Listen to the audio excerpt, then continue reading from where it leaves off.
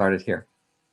Thank you everybody for attending today. This is our first interactive event in our series, A Bartók Journey, where we'll be exploring all 6 of Bartók's string quartets over the course of the spring. Our first guest speaker is Dr. Dániel Péter Biró, who is a professor of composition at the University of Bergen in Norway. And he's also the author of this book right here, entitled The String Quartets of Béla Bartók, Tradition and Legacy in Analytical Perspective. I've really been enjoying reading all the essays in this book as we've been diving into these quartets. And it's published by Oxford University Press, so I'll give that a plug at the beginning here. We can go and buy Dr. Biró's book if you're into analytical writings on music. Very thorough. So today and this week, we're focusing on the first string quartet of Béla Bartók. And so if you've seen on our social media, we've made little clips of some of the music, and we'll get into it today. You'll hear some excerpts from the music and also some excerpts from the folk music that inspired Bartók's musical language. So why don't we begin now? I'll hand things over to Dr. Biró. Oh, actually, I should say before we begin, a thank you to the sponsor for this week's activities, which is the Friends of Chamber Music of Troy, New York. I will put a link in the chat if you are interested in the programming that they offer, or perhaps making a donation. You can find all of that information on their website, and I'll leave that in the chat for everybody to see. So thank you, Chamber Music Troy, and we will go now to Dr. Biró, who will start the presentation.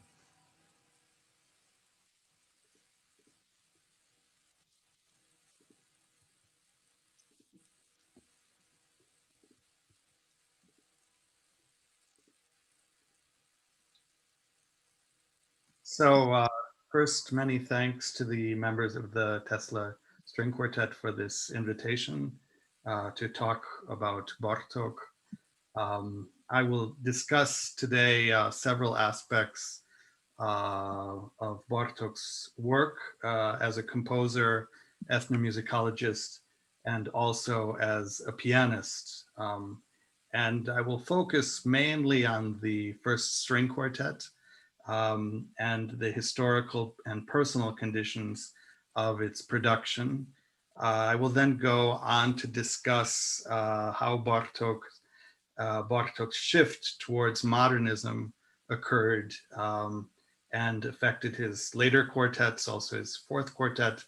And I'll talk briefly about Bartók's legacy, both in terms of his compositional legacy, but also in terms of how one performs his works. And I will give some thoughts about how one might approach the string quartets today. So who was Béla Bartók, first of all? Bartók was one of the greatest geniuses of the 20th century, born at the end of the 19th century. In Nagy-Szent Miklós, today in Slovakia. It's interesting to note that Bartók, in spite of the fact that he was a Hungarian composer, he actually originally spoke German with his mother. And at one point when he became very involved in the Hungarian national struggle, he actually forbid his mother from speaking German any longer. So, and that's part of the complexity of Bartók, because you also have a development of his personality in the course of his life, many stages. And one could say that each string quartet represents a different stage of his life. So where he grew up, this was a multilinguistic, multi-ethnic, multi-religious part of Europe. And it's important to understand that to actually comprehend what the trajectory of this compositional work really means, even in today's terms. So Bartók's early music was very much influenced by German Romanticism. So he copied Wagner, Debussy, Strauss, and then slowly he becomes involved in the Hungarian national struggle. And one could say the early Bartók is really a nationalist. So Hungary is trying to become free from the Austrian monarchy. And in 1903, he said, and I quote, "For my own part, all my life, in every sphere, always in every way, I shall have one objective, the good of Hungary and the Hungarian nation." And later, a few years later, he becomes involved in the political struggles in Hungary. And actually in 1919, there's a socialist revolution in Hungary, and he becomes briefly the Minister of Culture for the revolution. And then later in 1931,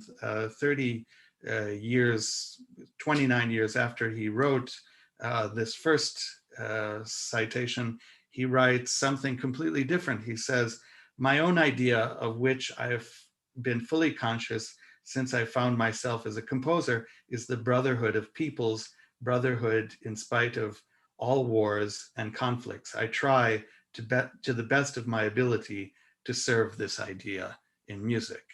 And this very much relates to his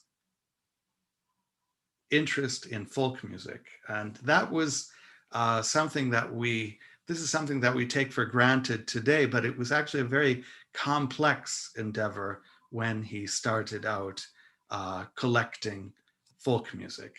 So this is Austria-Hungary. Hungary was part of the K&K monarchy. So it was a dual monarchy, and Hungary was the junior partner. Obviously, also not an equal partner in this monarchy. And in 1920, Hungary lost 50% of its territory.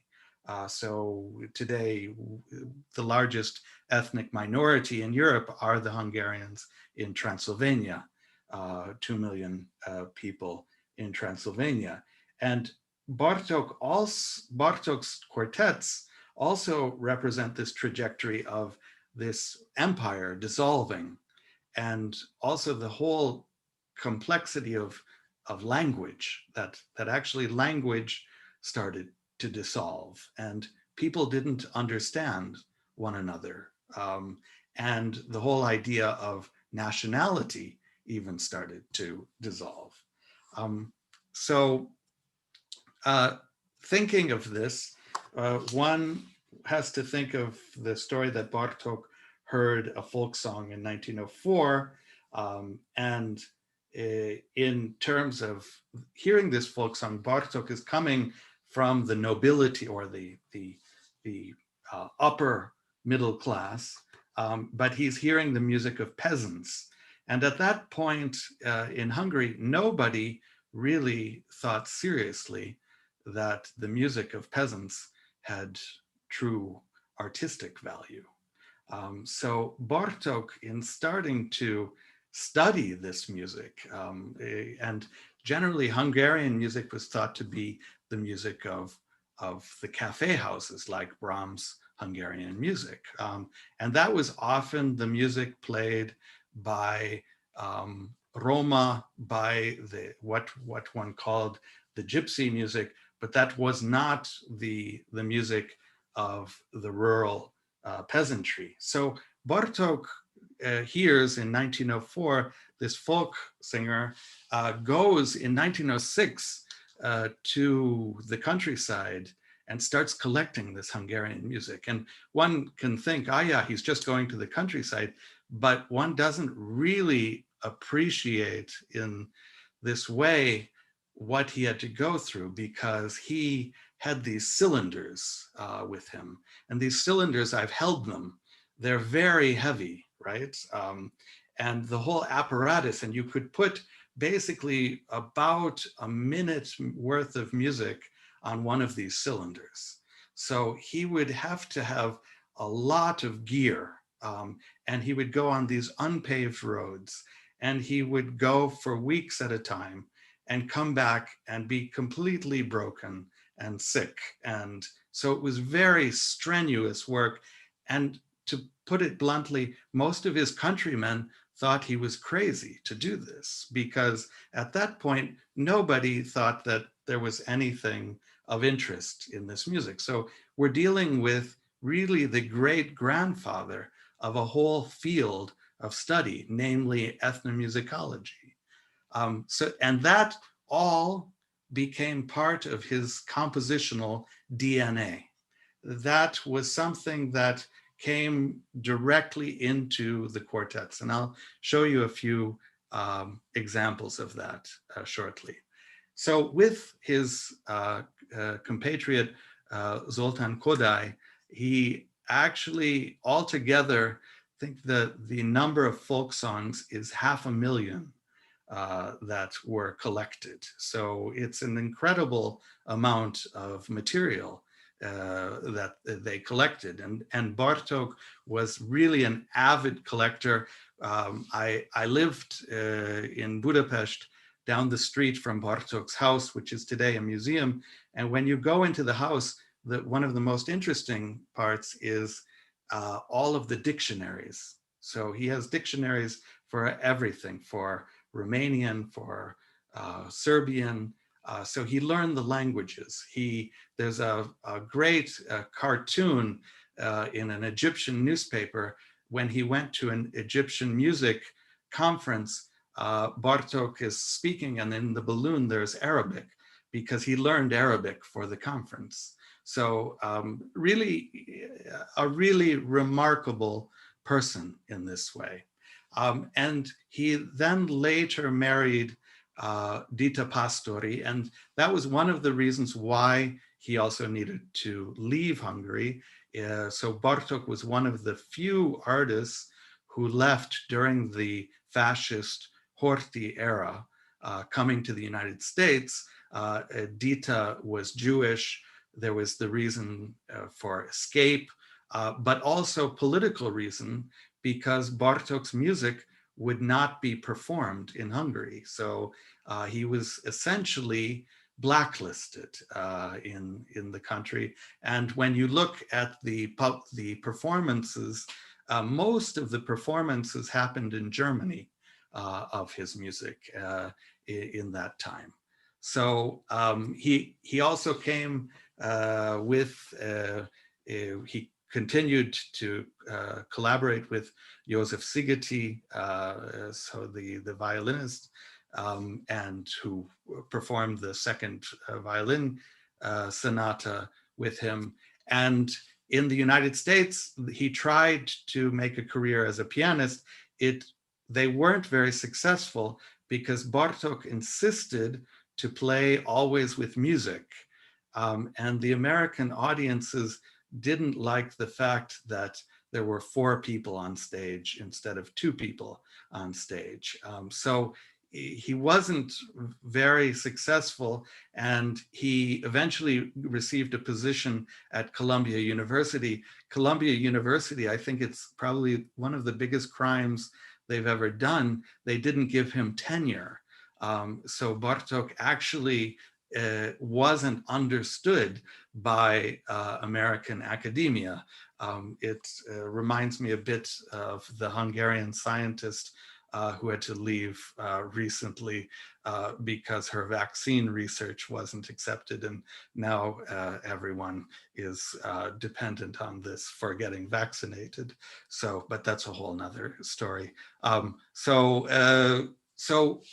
this whole question of Bartók being confronted with Hungarian folk music, this is present in the first string quartet, because the first string quartet has a moment in it where you distinctly hear that his life is changing because of this music that he is confronted with. So I will play you first some of this music. So this is from Transylvania. It's from an area called Gyimes. And you will hear a violin playing and a kind of cello, which in Hungarian is called an ütőkardon, so a hitting cello. And this is often played by women, and it's played with a stick. So you'll hear a type of pulsating from this cello, and on top of this violin, playing this very ornamented Transylvanian style. One interesting part about this, the violin and the string instruments, is that they're tuned slightly differently than normal tuning. And that also plays a role within the quartets. So I'll just play a bit of this.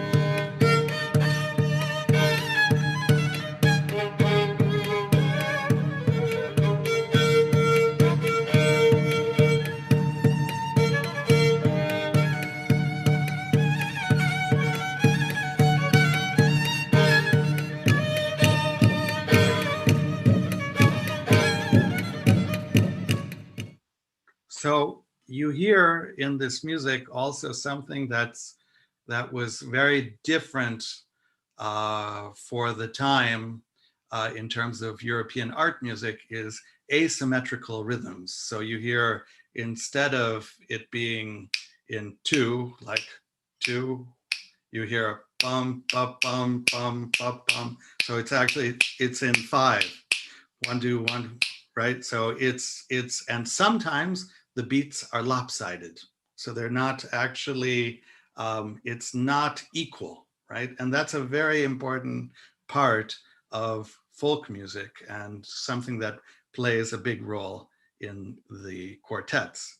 So the first quartet starts with a very romantic feeling. So Bartók at this time had just broken up with his first great love, violinist Steffi Geyer, and he's suffering from this.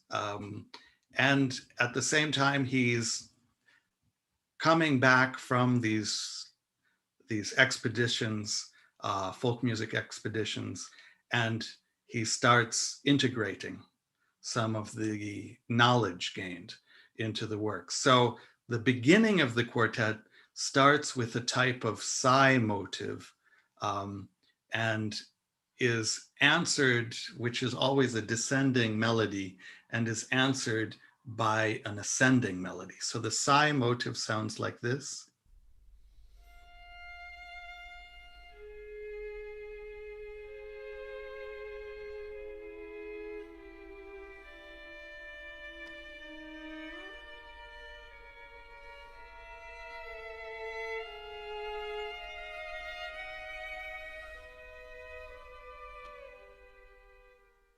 And then you have, in a different key, in a major key, an ascending melody slightly afterwards. And this is more hopeful and actually forms a type of secondary key area that's important in the work.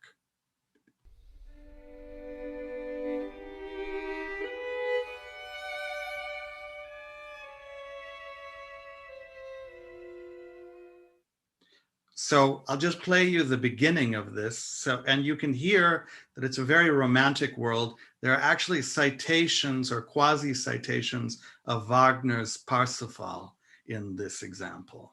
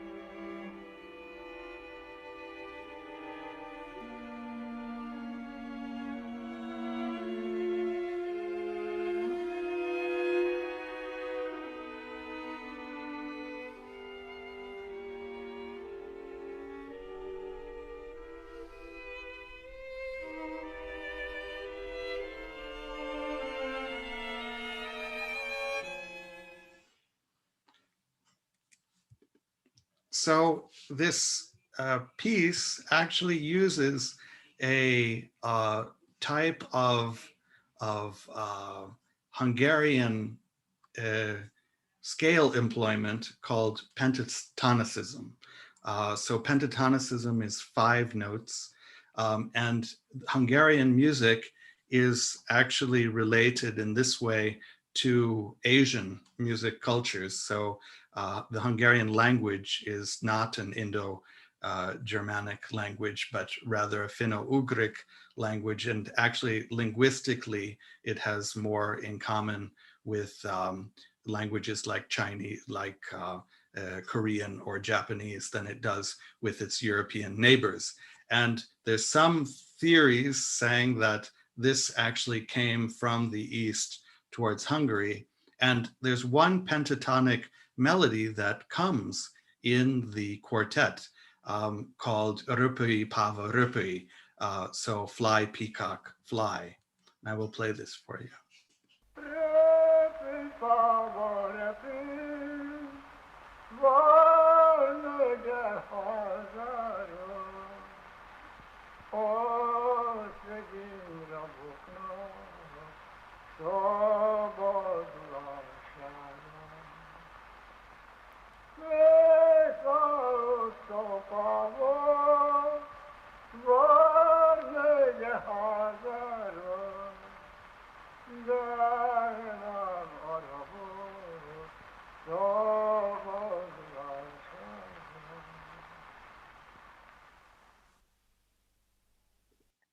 So simultaneously, another type of Hungarian folk song is employed in the quartet, which relates to laments.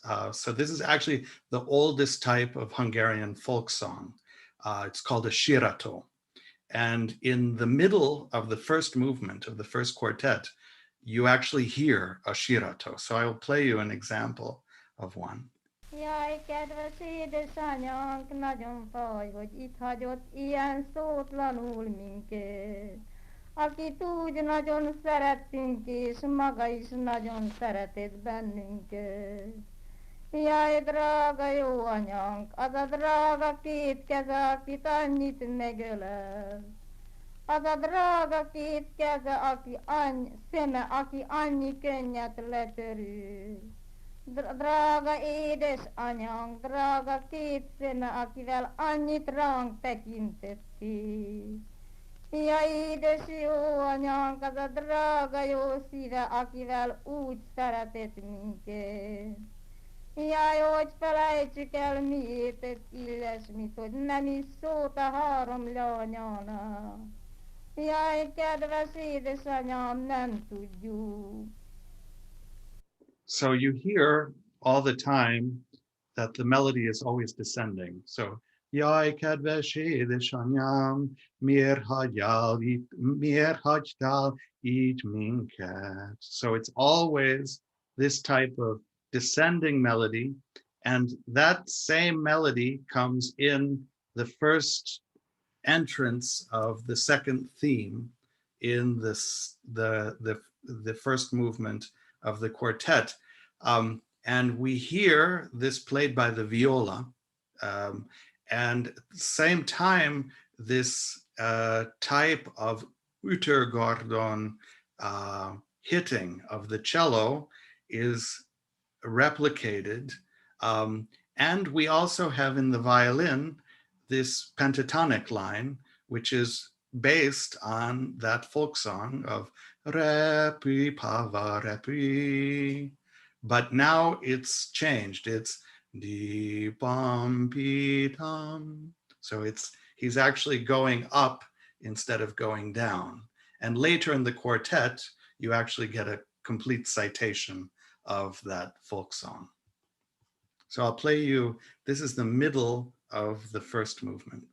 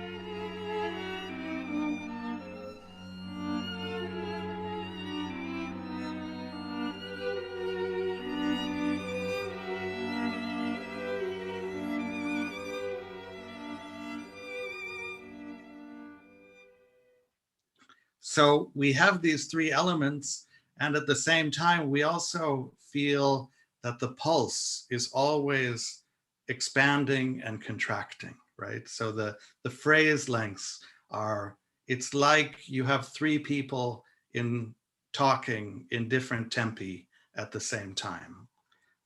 So this is actually also related to the tonality, because not only do you have three different types of time structures going on, you actually have three different tonalities. And this relates very much to the movements in art and literature, especially Cubism, where you don't have a single perspective anymore, but rather conflicting or even multiple perspectives going on at the same time. So there's no longer this sense of gravity from a single tonal area as one had in the 19th century. One has actually several tonal areas going on in this music simultaneously. And this gets taken further in Bartók's later works, in the Fourth String Quartet, for instance, where you have these types of melodies, these repeating melodies, which one calls in music theory terms ostinato techniques. Those actually get taken to a new level in the Fourth String Quartet. And I'll show you a few examples. So this is already a very different world, because Bartók has left Romanticism in a certain way. But still some elements of the first quartet are continue to be used.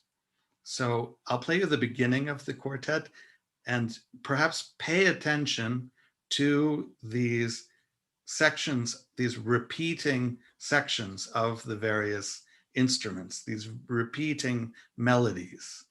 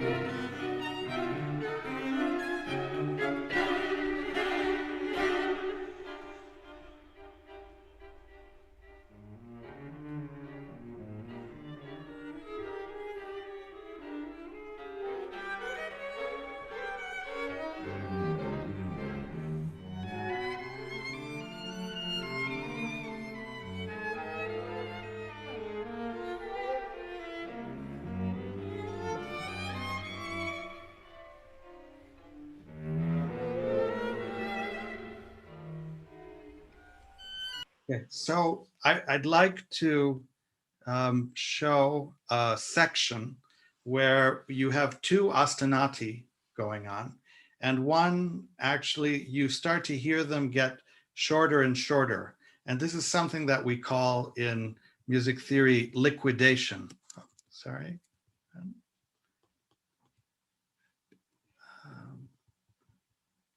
So here you have first in the viola, then the cello, then the second violin and first violin.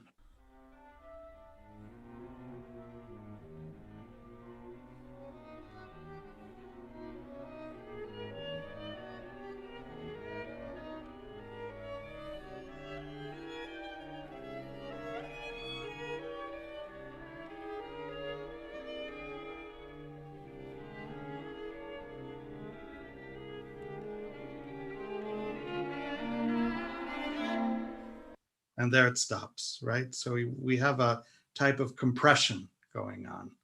And another type of ostinato movement that we have is we have one element that starts long and one very small element, and the long element becomes compressed and the other one gets expanded. So it's a type of dialectical movement. It's about discourse of the material. So the first element sounds like this. And the second element sounds like this. So it's a type of rising line versus a type of squiggly line. So we'll listen to what happens with these two.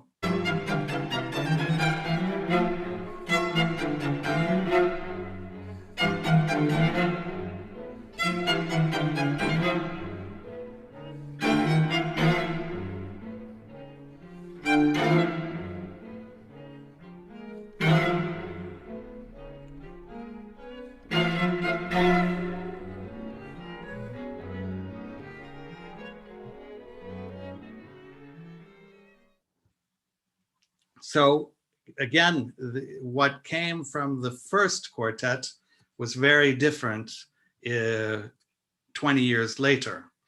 So after Bartók left for the United States, he died in the United States, and many Hungarian composers were waiting for him to come back to Hungary to teach, and that was his original plan.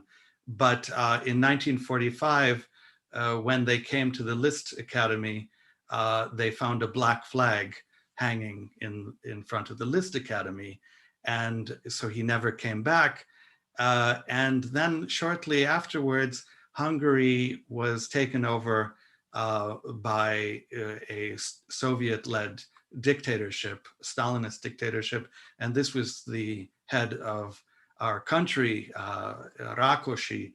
And Rákosi, obeying the Soviet commands about art, determined that certain works of Bartók were good for the peasants and workers, and certain works were not so good for the peasants and workers. So even some of the quartets would only be played in much later in the 1960s, whereas other works were able to be performed if they had more conventional methodologies.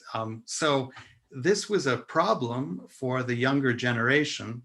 And I'll just play for you a brief excerpt of this composer who has very much in detail studied both Bartók's compositional techniques, but also had to recontextualize this to the political situation. And I'll play for you just an excerpt of his first string quartet. This is György Kurtág. He wrote this string quartet in the 60s. It was temporarily banned in Hungary after its performance because of its formalist tendencies. What's interesting about this piece is that it uses the same Utergordon technique of the first string quartet, and also a lament in the viola as in the first string quartet, but you hear it and it's a much more, one could say, mechanical and industrialized version of Bartók's compositional techniques. So I'll just play you a bit of this Opus 1 from György Kurták. Sorry.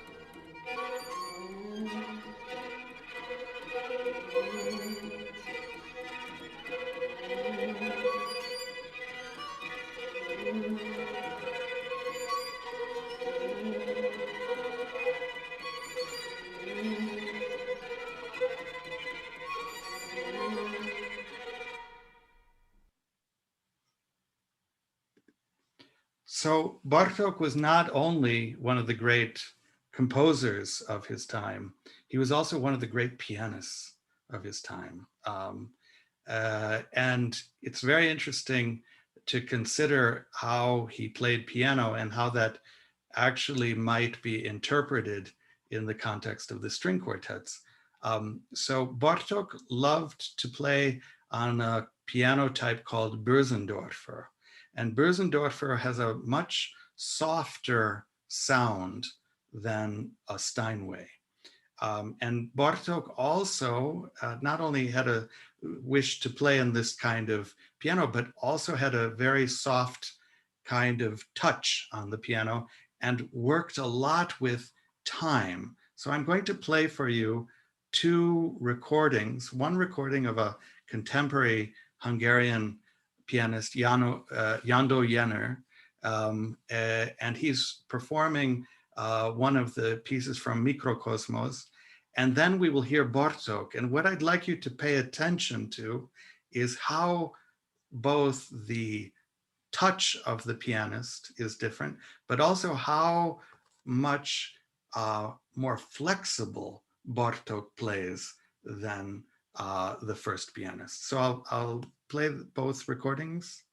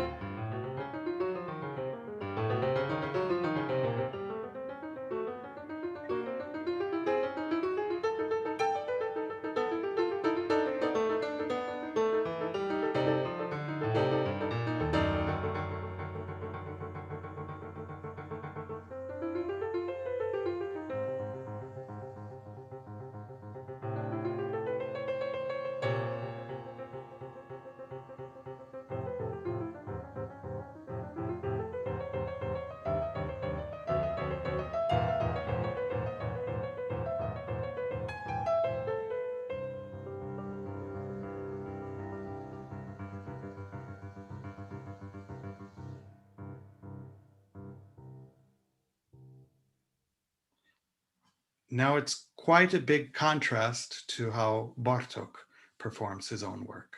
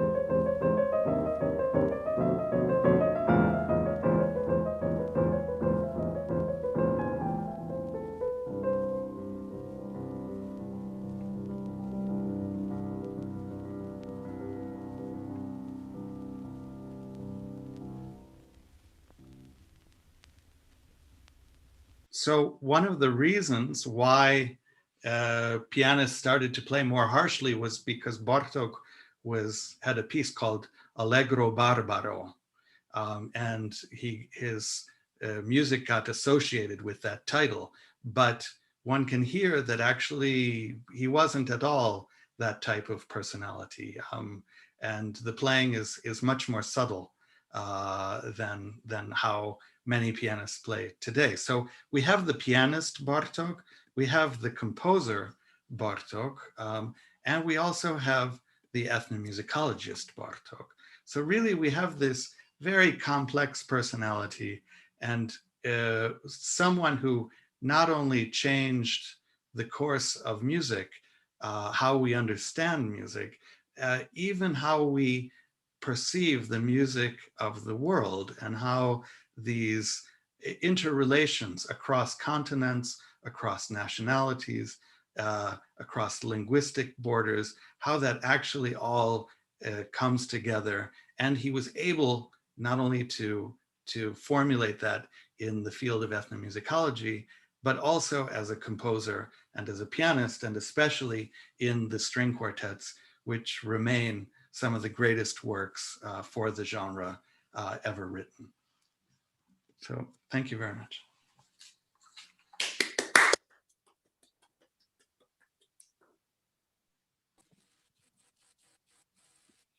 Oh, thank you so much. This is there's so much wonderful information here, especially the personal information about Bartók that I think really helps us get inside his mind, and that, you know, what all, you know, everything that helped his music come together. And we definitely think about that a lot when we're rehearsing this music. Shall we take some questions? I will ask this. I guess it's from an anonymous somebody here. Is there an archive of Bartók's folk music recordings available? Do you think listening to these can help in learning how to perform his music? Yes, I actually believe at Columbia University, they have the majority of his archive at the library there. A lot of it. They have, I think there are some materials at Columbia. I think most everything, so the sketches are in Budapest at the Academy of Science. And I worked at the Academy of Science. That's where I saw his cylinders. And my dissertation was on the Hungarian laments tradition. And I transcribed many laments during my time there. And I believe since then they have digitized quite a bit of their tradition, of their archives. So I think some of it is also available digitally online. So it is possible to find this. Something that I talked with the members of the Tesla Quartet about was the fact that there's still no real critical edition of Bartók's works, and especially the string quartets. So I think we need a good Samaritan to actually do that and show the various folk music relationships and even folk songs that come into those works, so that people can access that, because it makes a giant difference in terms of phrasing, accentuation, but just even knowledge about what the quartets represent. And also, if you're looking for something a little quicker and free and readily available, if you go on YouTube and type Bartók field recordings of Romanian folk dances, there's a video that somebody posted that actually, these are actually recordings that Bartók has made, and what he later used as a basis for his Romanian folk dances. So it's on YouTube. if you want to just get a quick fix. And thank you, Seraphim. We should definitely go take a look at that. And now Beth Snyder has a question, and I think you're allowed to talk now. No, okay. Well, yeah, my question that I wrote was, thinking of that piano piece that you just played, is there any scholarship on how jazz may have been influenced by Bartók, and thinking specifically of Dave Brubeck's Take 5 that has a lot of similar elements? Yes, so I think, yes, there are some jazz scholars who have looked into Bartók. I'm trying to remember some names. I mean, there are people who deal in jazz music theory and they look at Bartók, so definitely. But yeah, I'm you know, the Bartók's influence is so giant in this way, and also goes across so many different stylistic boundaries. That's a whole. It came up also in the book that I wrote. The question about, well, Bartók and, for instance, African music. So there are many African composers today who use Bartók as their model for integrating African music or African traditions into art music. So that's another. So there's various fields and various parts of the world where Bartók had an influence that even he could not really foresee in this way.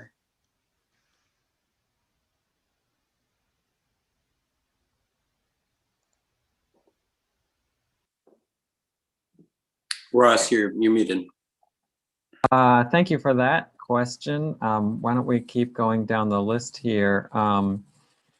Is there a copy of the original fair copy of the Bartók quartets? Are you so this is, I think, manuscript copies to see it in his handwriting? Yes, those are in the Academy of Science. Okay. Yes. And also, I should mention that that's very interesting for you, for the quartet members. There's actually a good article about this. It's by Laszlo Somfai. It's about the sketches and how the sketches relate to the final product. Because, for instance, that example that I played of the first quartet, it often Bartók would notate first the material in meters like 7/8, 5/16, 2/4, 3/4, so they would be changing all the time, the meters. And then he would take all of that and he would put it into a more standardized 4/4 meter, right? Which makes a big difference in terms of how you're interpreting it. So that's another kind of problem of the music, because what you see is not necessarily what you're hearing, and it's not necessarily even that what Bartók is remembering from the folk music he collected. So there are multiple, it's kind of a archaeology that exists there.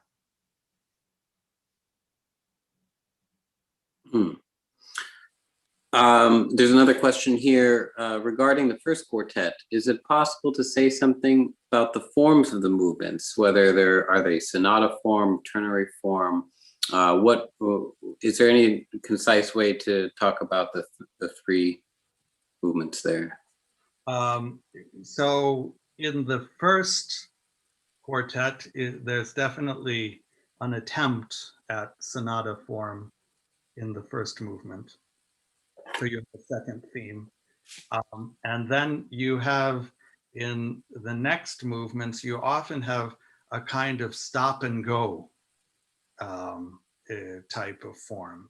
So it's almost like you can hear the composer struggling with where to go further, right?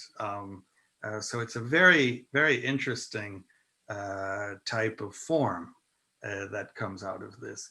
In the second quartet, he starts becoming actually a little bit more adventurous with the forms, and especially with forms that deal with proportions. So that's another part of Bartók's work. So Bartók performed in terms of his work as a pianist, he performed mainly Beethoven. So Beethoven was the composer he performed the most. And you can see Beethoven's influence both in the quartets, but also in other works like the concertos, in terms of proportions and working with various proportion features, also Fibonacci proportions. So for instance, the sonata for two pianos and percussion uses Fibonacci series. The music for strings, percussion, and celesta uses Fibonacci series. You can find elements of Fibonacci series even in the 6-string quartet. So again, that's another whole aspect of Bartók's work, the formal. Cool. I have a question. One more question from Deborah. And Deborah, since I want to make sure we understand you, I'm going to let you ask your question about musical DNA.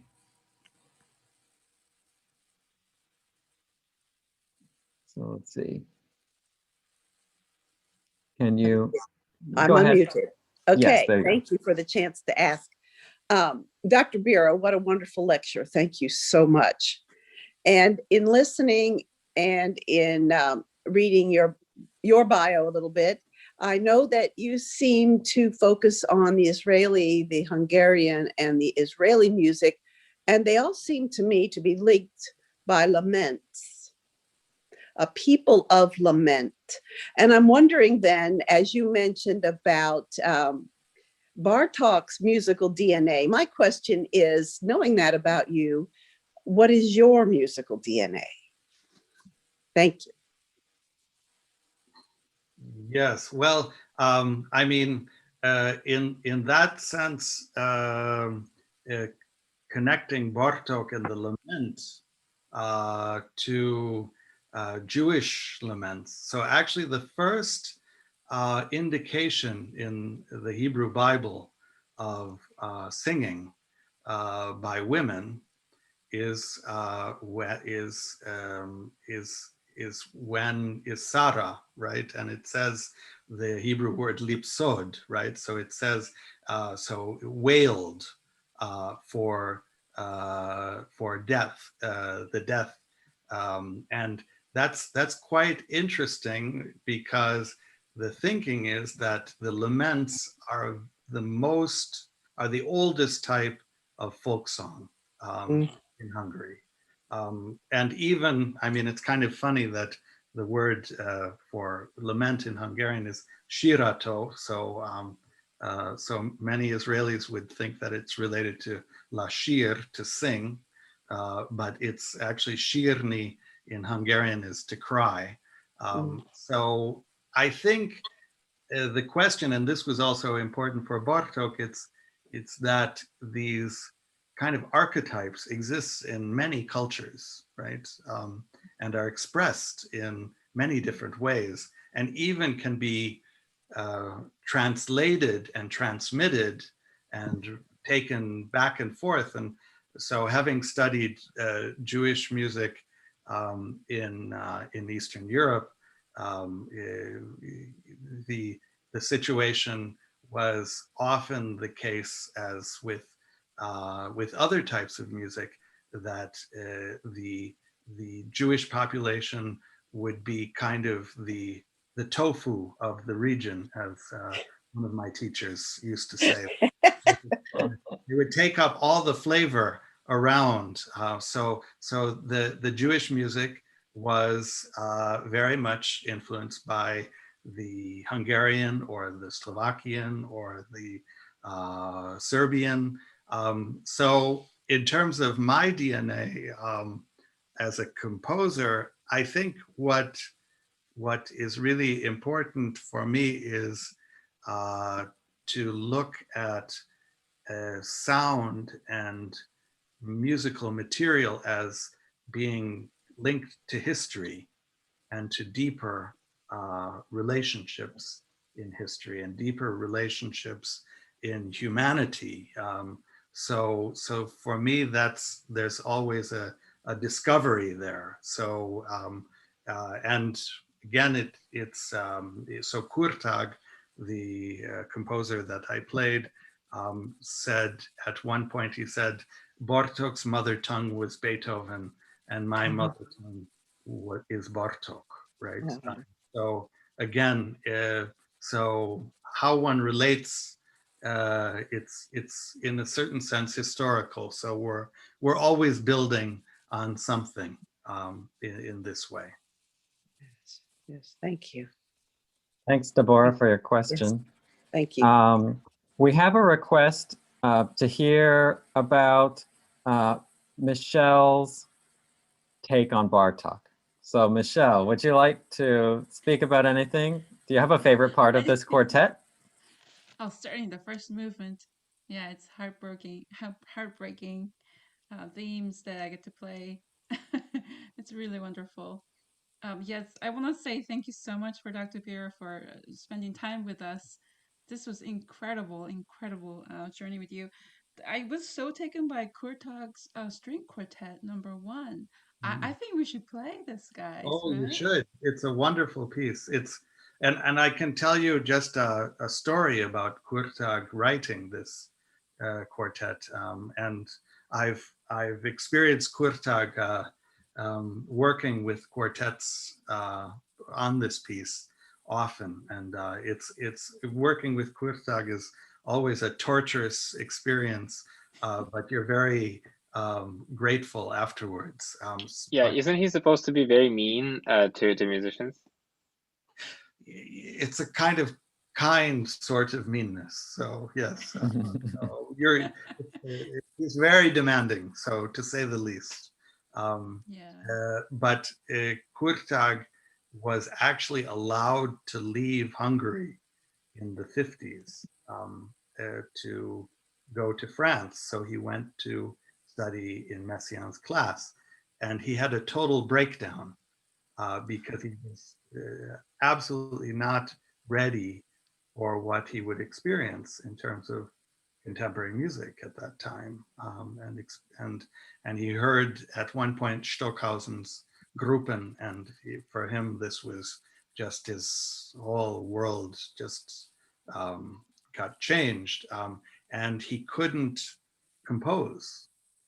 So he sat in this kitchen in Paris with matchsticks, and he started arranging matchsticks on a table just for months.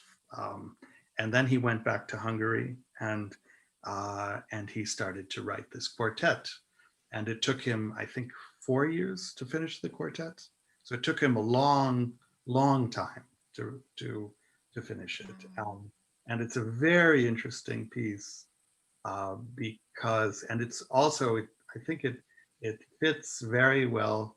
It would fit very well in a concert with Bartók's first quartet, because even there, it's someone digesting this new information and also incorporating folk music, but from this perspective of post-war Stalinist socialist Hungary. So, and that's something that I write about in my chapter in the Bartók book. Amazing. And Thank you. one final question. Was the Bartók's notation of the field recordings, was that relatively conventional, or did he have his own shorthand for how he would transcribe things? Yeah, he was. So again, the folk music. He was very scientific in his notation of the folk music. Very different than his compositional work. So, for instance, metronome markings are very accurate in the notation. So that's important. And yeah, I teach a class on transcription.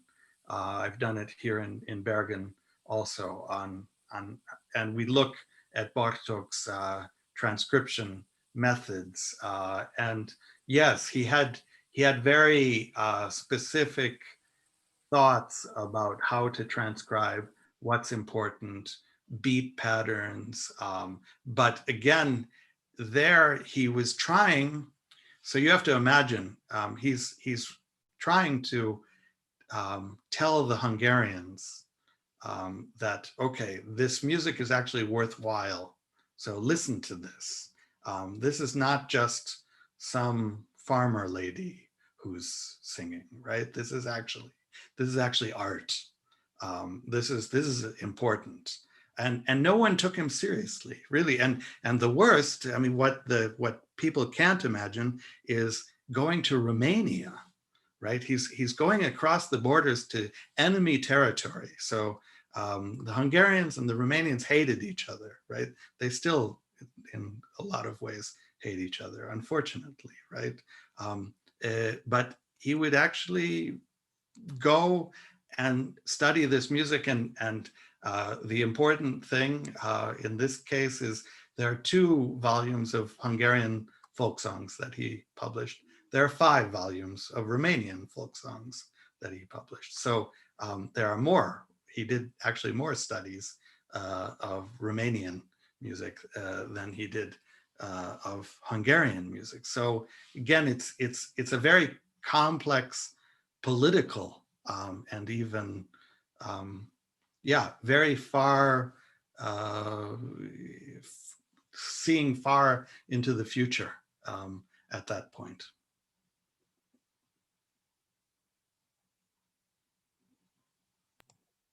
Wonderful, thank you. We really enjoyed being with you today, and so appreciate your time. I know it's late there where you are, so much appreciated. Just a quick reminder for everyone, on Friday, our open rehearsal starts at 1 o'clock. Stay tuned. You will receive an email reminder with a link to be able to come with us for our journey of learning this piece. So I'd like to thank you so much. There's one more. Yes. There's one more person who likes to share personal stories. There's some family connection. Would you like to speak, Ross? Would you mind? You're muted. Sorry.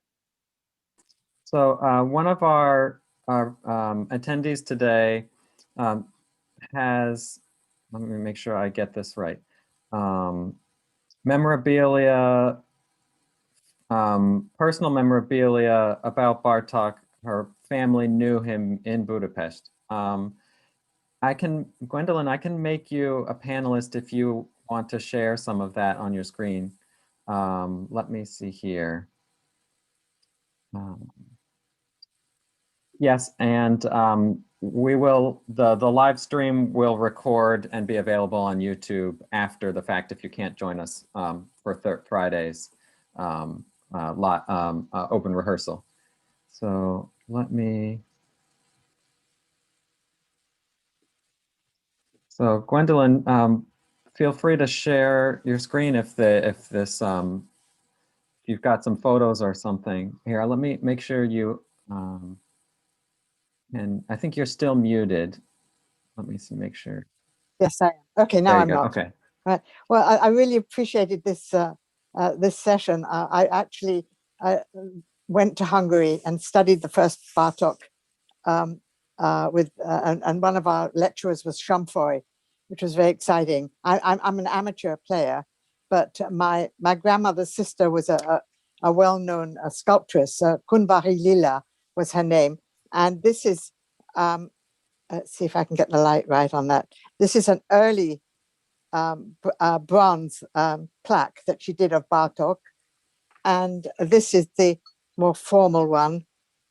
And this used to be hanging in the Bartók Museum in Buda. And the last time I was in Hungary, I went to see it, and both of her works have been removed from the wall. So I'm not quite sure why, but there are many portraits of Bartók. But he came and sat for my grandmother's sister, who was Kunvari Lila, well known. And that was my contribution. But thank you for letting me share that with you. Yes. Well, thank you. Very nice to have that sort of personal connection.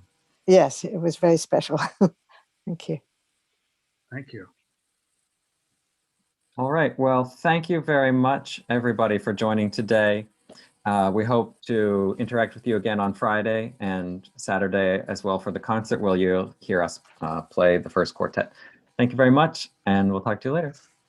Thank you.